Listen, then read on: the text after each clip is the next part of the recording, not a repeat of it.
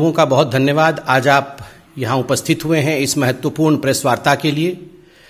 बंधुगण, आज सुबह से ही टीवी चैनलों पे एक महत्वपूर्ण विषय चल रहा है, क्लब हाउस। जिस क्लब हाउस में दिग्विजय सिंह, जो कांग्रेस पार्टी के दिग्गज नेता हैं, वो किस प्रकार से बाहर भारत के खिलाफ जहर उगल रहे हैं और किस प्रकार पाकिस्तान के साथ हां में हां मिला रहे हैं, वो हम सब ने आज टीवी चैनलों के माध्यम से सुबह से देखा हुआ है। कोई नई बात नहीं है। ये वही दिग्विजय सिंह हैं जिन्होंने पुलवामा हमले को एक दुर्घटना मात्र बता दिया था, आतंकवादी घटना बताने से भी वो कतरा रहे थे। ये वही दिग्विजय सिंह है जिन्होंने कहा था 26/11 तो आरएसएस की साजिश है, और किस प्रकार से उस समय पाकिस्तान को क्लीन चिट देने का प्रयास किया था। तो दिग्विजय सिंह जी का यह कहना कोई नई बात नहीं है कि बंधुगण, मगर एक सीरियसनेस के साथ हम ये कहना चाहते हैं कि ये कोई वन रैंडम स्टेटमेंट, ये किसी एक कांग्रेस के व्यक्ति का पर्सनल विचार हो, निजी विचार हो या व्यक्तिगत विचार हो, ऐसा नहीं है। कुछ दिनों पहले हमने एक टूल किट के विषय में भी जिक्र किया था। ये सारा जो आप देख रहे हैं, ये सारा उस टूल किट का हिस्सा है। All this is part of the tool kit of Congress party. Bharat को किस प्रकार से अपदस्थ करना है, हिंदुस्तान के खिलाफ किस प्रकार से बोलना है, मोदी जी के खिलाफ किस प्रकार जहर उगलना है, भले उसके लिए पाकिस्तान, चीन इत्यादि से समर्थन क्यों ना लेना पड़े, यह सारा कुछ कांग्रेस के उस टूल किट का हिस्सा है, जिस टूल किट के विषय में भारतीय जनता पार्टी ने खुलासा भी किया था और हमारे तमाम बड़े नेताओं ने कांग्रेस का पर्दाफाश किया था। बंधुगण, इस क्लब हाउस में हम देखते हैं कि पाकिस्तान का एक पत्रकार, पाकिस्तान का एक जर्नलिस्ट किस प्रकार से मोदी जी के हटने के बाद भारत की सत्ता क्या होगा, भारत के सत्ता का पॉलिसी कैसा होगा, कश्मीर पॉलिसी कैसा होगा, इस पर सवाल पूछता है। आप खुद बताइए, आप में से यदि कोई उसमें मौजूद होता, आपसे यह सवाल पूछा जाता, तो स्वाभाविक है हम में से कोई भी व्यक्ति उस पत्रकार को कहता, अरे भाई, पत्रकारिता तो ठीक है, हमारे यहां सरकार कब परिवर्तित होगी, कैसे परिवर्तित होगी, इसमें आपको नाक घुसाने की आवश्यकता क्या है? इस विषय में आपको व्यक्तिगत रूप से इंटरफियर करने की आवश्यकता क्या है? आप तो पाकिस्तानी हैं। मगर नहीं, दिग्विजय सिंह जी ने धन्यवाद देते हैं, थैंक यू। थैंक यू कहने के बाद दिग्विजय सिंह जी ओब्लाइज करते हैं और उत्तर देते हैं कि अगर मोदी जी हट जाते हैं सत्ता से, तो जो कश्मीर पॉलिसी होगी उसके अंतर्गत कांग्रेस की जो सरकार आएगी, वो आर्टिकल 370 को फिर से रिवोक कर देगी, अर्थात आर्टिकल 370 को, 370 को जम्मू कश्मीर में पुनः स्थापित करेगी। आप सोचिए जरा, ये दो चीजें दर्शाता है। एक तो कांग्रेस का पाकिस्तान के साथ सांठगांठ, कांग्रेस का पाकिस्तान के साथ खड़ा होना, दोनों के विचार एक जैसे हैं, कांग्रेस और पाकिस्तान के विचार एक जैसे। और दूसरा, आज कश्मीर में जिस प्रकार की शांति का वातावरण है, वहां जिस प्रकार से महिलाओं के अधिकार को लेकर कश्मीर आगे बढ़ा है, बच्चों की शिक्षा का अधिकार आगे बढ़ा है, ऐसे कई 100 हिंदुस्तान के लॉ है, कानून है, जो हिंदुस्तान में लागू होते थे और जम्मू कश्मीर में लागू नहीं होते थे, आज वो वहां लागू हो रहे हैं, वहां के लोगों का जीवन सुचारू रूप से आगे बढ़ रहा है। उसके खिलाफ भी कांग्रेस एक वातावरण तैयार करना चाहती है। बंधुगण, एक पैटर्न है, आप अगर डॉट्स को ज्वाइन करेंगे तो आप देखेंगे आज जो दिग्विजय सिंह जी ने कहा है, मुझे तो पूरा शक है कि यह पूरा का पूरा स्टेज मैनेज था। उस पत्रकार को दिग्विजय सिंह या कांग्रेस पार्टी के किसी बड़े नेता ने ही कहा होगा कि यह सवाल आप पूछना। ऐसा नहीं है कि उसने कोई रैंडम सवाल पूछ लिया, यह सब स्टेज मैनेज होता है, यह टूल किट का हिस्सा है। कहा गया होगा यह सवाल पूछना और उसके बाद बताया गया होगा, क्योंकि एक बहुत बड़ा पैटर्न है। मैं एक एक करके वो पैटर्न आपको गिनाता हूं। आर्टिकल 370 पे डिस्कस कर रहे हैं मित्रों, आपको याद होगा, और मैं तो चैनलों से ये रिक्वेस्ट करूंगा, आप चतुर्थ स्तंभ हैं, आप उस बाइट को जरूर दिखाइएगा जब पार्लियामेंट में आदरणीय गृह मंत्री अमित शाह जी खड़े होकर आर्टिकल 370 के विषय में अपना वक्तव्य आरंभ ही करने वाले थे, तभी जो लीडर ऑफ ऑपोजिशन है कांग्रेस पार्टी की ओर से अधीर रंजन चौधरी, वो तुरंत खड़े हो जाते हैं, तत्क्षणात खड़े हो जाते हैं और खड़े होकर कहते हैं नहीं नहीं नहीं नहीं, ये चर्चा हम कैसे कर सकते हैं, ये तो बायलैटरल इश्यू है, ये आर्टिकल 370 तो द्विपक्षीय इशू है, इसमें भारत कैसे अपने आप डिस्कशन कर सकती है बिना पाकिस्तान के कंसेंट के? तो ये तो हिंदुस्तान के पार्लियामेंट के पटल पे किस प्रकार से कांग्रेस पार्टी का पर्दाफाश हुआ था, ये पूरे हिंदुस्तान ने देखा था। और तो और अधीर रंजन चौधरी जी के पीछे स्वयं श्रीमती सोनिया गांधी जी मौजूद थी, और ये सब कुछ सोनिया गांधी जी के उकसाने पर अधीर रंजन चौधरी ने कहा था कि how can article 370 be discussed unilaterally by the Indian parliament, it is a bilateral issue. ये पैटर्न उससे पहले से शुरू हुआ। जब आप याद करिए, मणिशंकर अय्यर जाते हैं पाकिस्तान और वहां एक साक्षात्कार में, एक टीवी इंटरव्यू में कहते हैं मोदी को हटाना होगा, मोदी को हटाना होगा और हमें लाना होगा। ये मोदी को हटाना होगा और कांग्रेस को लाना होगा, ये गुहार कोई आज से नहीं, जब से मोदी जी हिंदुस्तान के प्रधानमंत्री बने हैं तब से ये गुहार कांग्रेसी नेता, कांग्रेस के दिग्गज नेता पाकिस्तान से लगा रहे हैं। और आप सिमिलैरिटी देखिए, 2014 के आसपास जब मणिशंकर अय्यर कह रहे थे मोदी को हटाना होगा, पाकिस्तान का वो एंकर था, वो डर गया, वो बोलता हम कैसे हटाएंगे जी। मतलब वो सोचा कि ये किस प्रकार का डिस्कशन हो रहा है, मगर मणिशंकर अय्यर अड़े रहे मोदी को हटाना होगा, आपकी मदद से हटाना होगा। और कल जो क्लब हाउस में हुआ है उसमें भी मोदी को हटाना होगा, मोदी के हटने के बाद का भारत कैसे होगा, ये चिंता पाकिस्तानियों और कांग्रेसियों के बीच में चल रही है। बंधुगण, ये वही मणिशंकर अय्यर भी हैं। आप याद करिए, हम जम्मू कश्मीर के विषय में बात कर रहे हैं, विगत अगस्त के महीने में ये वही मणिशंकर अय्यर है जिसने कश्मीर और जम्मू को कंपेयर किया था फिलिस्तीन के साथ, कि हिंदुस्तान ने जम्मू कश्मीर को फिलिस्तीन बना दिया है। ये किस प्रकार का संदेश पूरे विश्व में भेजते हैं। और इन सबके सरगना, चाहे वो दिग्विजय सिंह हो, चाहे वो मणिशंकर अय्यर हो, ये सबके सरगना है आदरणीय राहुल गांधी जी। राहुल गांधी जी, आपको याद होगा, आर्टिकल 370 जब एब्रोगेट हुआ था, उसके बाद उन्होंने 25 अगस्त 2019 को एक ट्वीट किया था और उन्होंने कहा था आर्टिकल 370 हटा करके हिंदुस्तान की सरकार ने एक भारी गलती कर दी है और बहुत बड़े रूप में जम्मू कश्मीर में लोगों के ऊपर आक्रमण हो रहा है।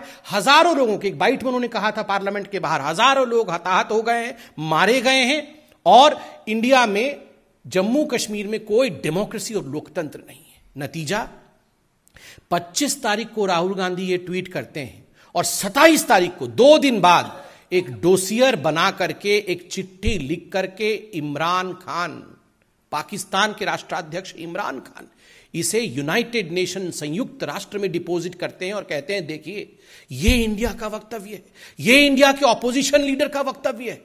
आप सोचिए जरा, मुझे तो शक है कि ये किस प्रकार से टाइमिंग थी कि 25 तारीख को राहुल गांधी का ट्वीट और 27 तारीख को यूनाइटेड नेशन में प्रस्तुत हो जाना। कहीं ये सांठगांठ तो नहीं? ये कितना बड़ा टूल किट है। कहीं ये सांठगांठ तो नहीं कि हां मैं ट्वीट करूंगा तुम उसे प्रस्तुत कर देना, और हजारों लोग मारे गए। किस प्रकार से झूठ फैलाया गया, एक पैटर्न है।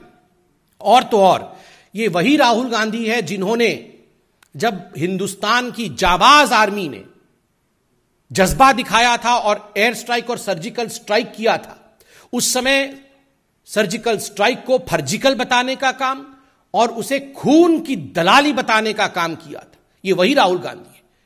और राहुल जी, मैं तो सवाल आप ही से पूछूंगा, आपके पुराने ट्वीट्स निकाल के लाया हूं। ये एक ट्वीट है 13 तारीख का, 13 फरवरी 2020 का। उसमें उन्होंने कोरोना को लेकर राहुल गांधी जी ने एक ट्वीट किया था, आप देख सकते हैं, जिसमें जम्मू कश्मीर को पाकिस्तान का हिस्सा दिखाया था। राहुल गांधी जी, ये क्या हो रहा है? दिग्विजय सिंह जी आज पाकिस्तान के साथ खड़े हैं, मणिशंकर अय्यर खड़े हैं, आप ऐसा एक नक्शा भारत का ट्वीट करते हैं जिसमें जम्मू कश्मीर जो है वो पाकिस्तान का हिस्सा है। ये क्या रहा है? देखिए, उसी पैटर्न के अंतर्गत शशि थरूर, आपको याद होगा, हिंदू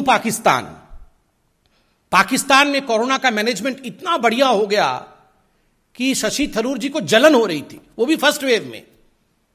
उन्होंने 18 अक्टूबर 2020 को पाकिस्तान को संबोधित करते हुए, ऐसे ही एक क्लब हाउस, उस समय क्लब हाउस नहीं खुला था, उस समय कुछ वेबसाइट, वेब चैट वगैरह था, उस वेब चैट में कह रहे थे कि मुझे तो जलन हो रही है, पाकिस्तान कितनी खूबसूरती के साथ कोरोना का मैनेजमेंट कर रहा है।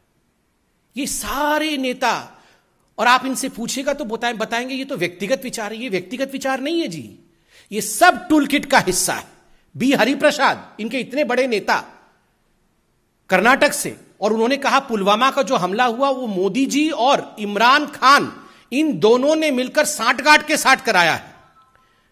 और तो और ये जो कांग्रेसी हैं, इन्होंने जाके टर्की में किस प्रकार से एक ऑफिस खोला ये आपने देखा था, और वहां जाके यूसुफ खान को अपना अध्यक्ष बनाया था। टर्की में ऑफिस, यहां का तो ऑफिस का कोई अध्यक्ष है नहीं, वहां पर अध्यक्ष लगा के बैठाया हुआ था।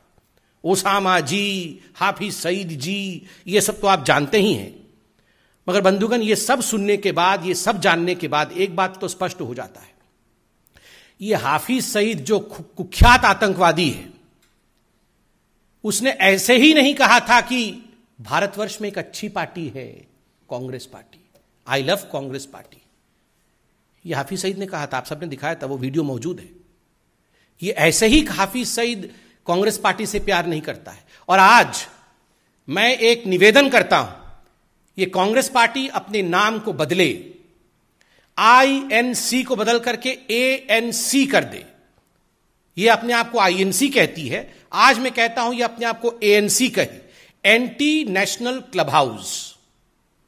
ये एक ऐसा क्लब हाउस है जिसमें सारे लोग मोदी जी से घृणा करते करते आज हिंदुस्तान से घृणा कर बैठे हैं। ये वही कांग्रेस पार्टी है जिसमें पी चिदम्बरम कह रहे थे कि आर्टिकल 370 इसलिए हटाया गया क्योंकि जम्मू कश्मीर जो है वो मुस्लिम बाहुल्य क्षेत्र है। तुष्टिकरण की पराकाष्ठा को आप देखिए बंधुगण, केवल इस पैटर्न में पाकिस्तान हो ऐसा नहीं है।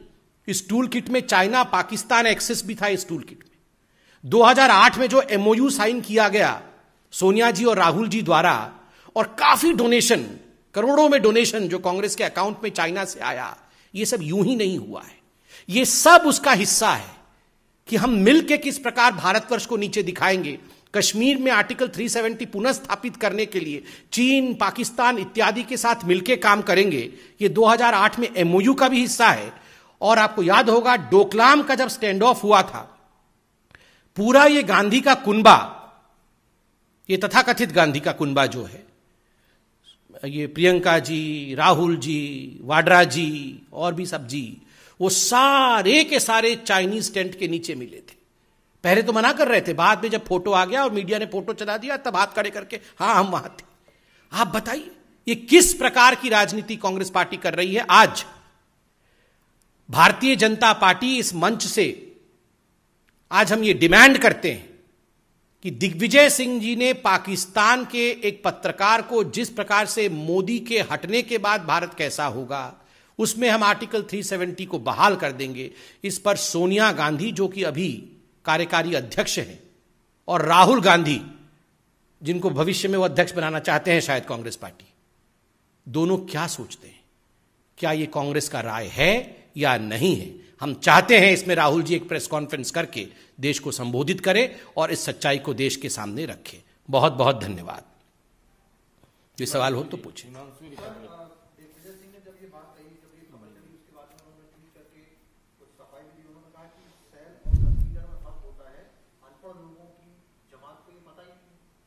ये क्या शैल कंसिडर, क्या अंग्रेजी, वो अंग्रेजी के मास्टर बने हुए हैं।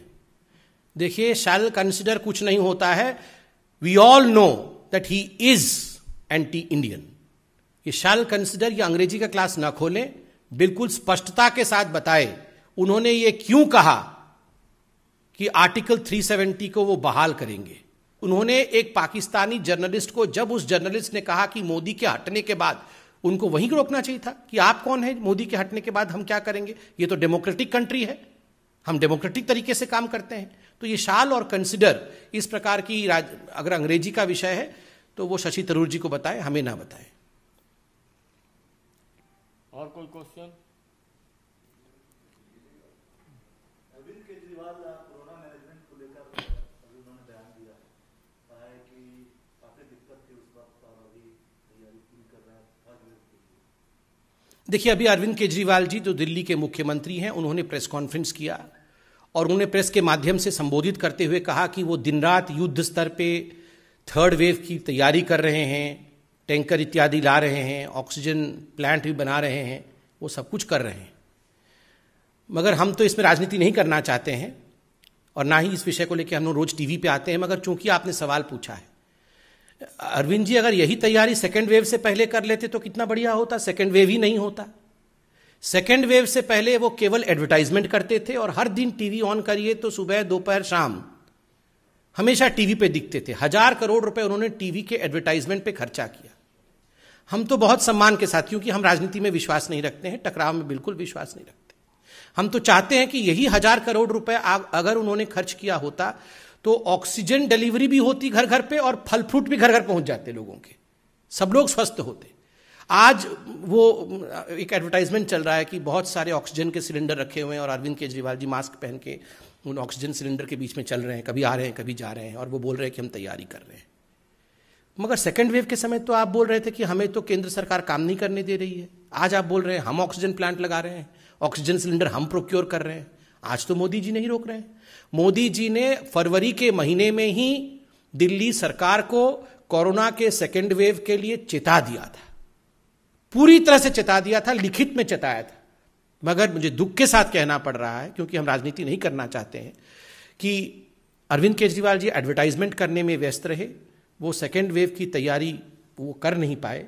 अब कहीं ना कहीं उनके मन में एक ग्लानि है, तो ये थर्ड वेव आएगा उसकी तैयारी कर रहे हैं, उसकी अब वो एडवर्टाइजमेंट कर रहे हैं। थर्ड वेव ना आए, हम सभी तैयार रहें, ये हम चाहते हैं। बहुत धन्यवाद।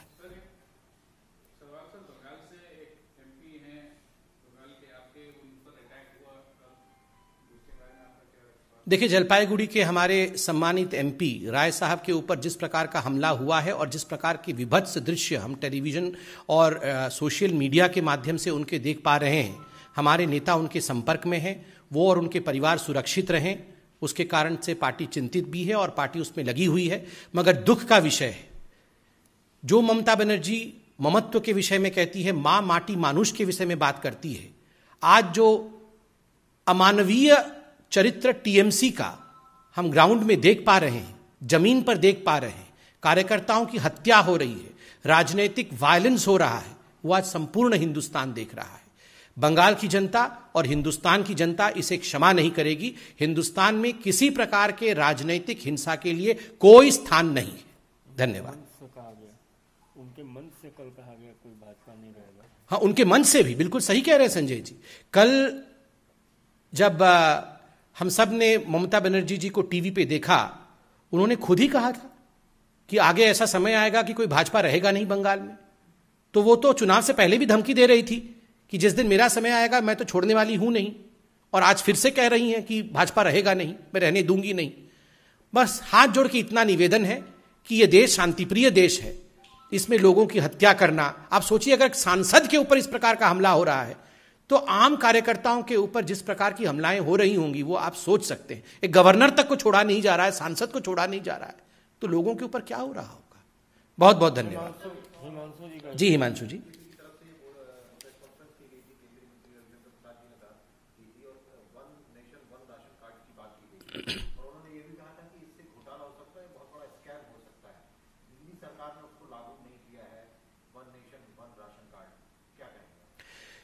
देखिए, दिल्ली सरकार जिस प्रकार की ड्रामा कर रही है वो हम सब जानते हैं। घर घर राशन पहुंचे, हर गरीब तक राशन पहुंचे, इसकी चिंता आज मैं धन्यवाद देते हुए कहूंगा कि नरेंद्र मोदी जी ने फर्स्ट वेव से ही किया और 80 करोड़ हिंदुस्तान की जनता को घर घर राशन पहुंच रहा है, उनको राशन मिल रहा है। अनाज के संबंध में लगभग 72 लाख ऐसे लोग हैं जिनको कि केंद्र की सरकार अपने राशन योजना के माध्यम से, पीडीएस के माध्यम से, फूड सिक्योरिटी के माध्यम से और गरीब कल्याण योजना के माध्यम से आज राशन दे रही है। देखिए, आपको समझना होगा, बिना राजनीति किए मैं आपको बता देता हूं, अरविंद केजरीवाल जी चाहते हैं कि मोदी जी जो दे रहे हैं राशन का किट, उसके ऊपर सिर्फ वो अपना गिफ्ट रैप अपने फोटो के साथ चढ़ा दे और बोले कि देखो मैं पहुंचा रहा हूं। ऐसे नहीं होता। अगर वाकई उनके दिल में दर्द है तो बिल्कुल सरकार ने, केंद्र सरकार ने कहा है कि आप राशन प्रोक्योर करिए, नोटिफाइड रेट में आप राशन प्रोक्योर करिए और अपने तरीके से बांटिए। और दो चीजें और कही है कि 1 नेशन 1 राशन कार्ड आप कैसे बांटेंगे। आज जो 12 लाख माइग्रेंट लेबरर्स दिल्ली में हैं, अगर 1 नेशन 1 राशन कार्ड नहीं बनता है तो वो जब अपने पते को बदलता है, अपने एड्रेस को बदलता है, तो उसे राशन कैसे मिलेगा। ये सहूलियत उसे क्यों नहीं दी जा रही?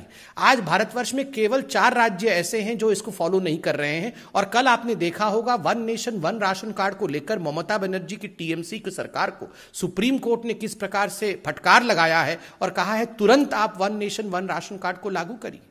तो आप one nation one ration card लागू नहीं करते हैं। आप electronic point on sale machine PEPOS machine आपने चालू नहीं किया हुआ है। आप किसको डिलीवर करना चाहते हैं? किसको जाके राशन देना चाहते हैं? आप कहीं ना कहीं अपने लोगों को, जो आम आदमी पार्टी के कार्यकर्ता हैं, उनको डिस्ट्रीब्यूटर के रूप में आप सिस्टम में डालना चाहते हैं। आप चाहते हैं कि ये जो आपके कार्यकर्ता हैं वो बेनिफिटेड हो जाएं, उनको फायदा हो और उनको कुछ पैसा कमाने का मौका मिले। आप कहीं ना कहीं एक बिचौलिया पैदा कर रहे हैं और ये बिचौलिया सिस्टम कभी भी ठीक नहीं होता है। बहुत बहुत धन्यवाद।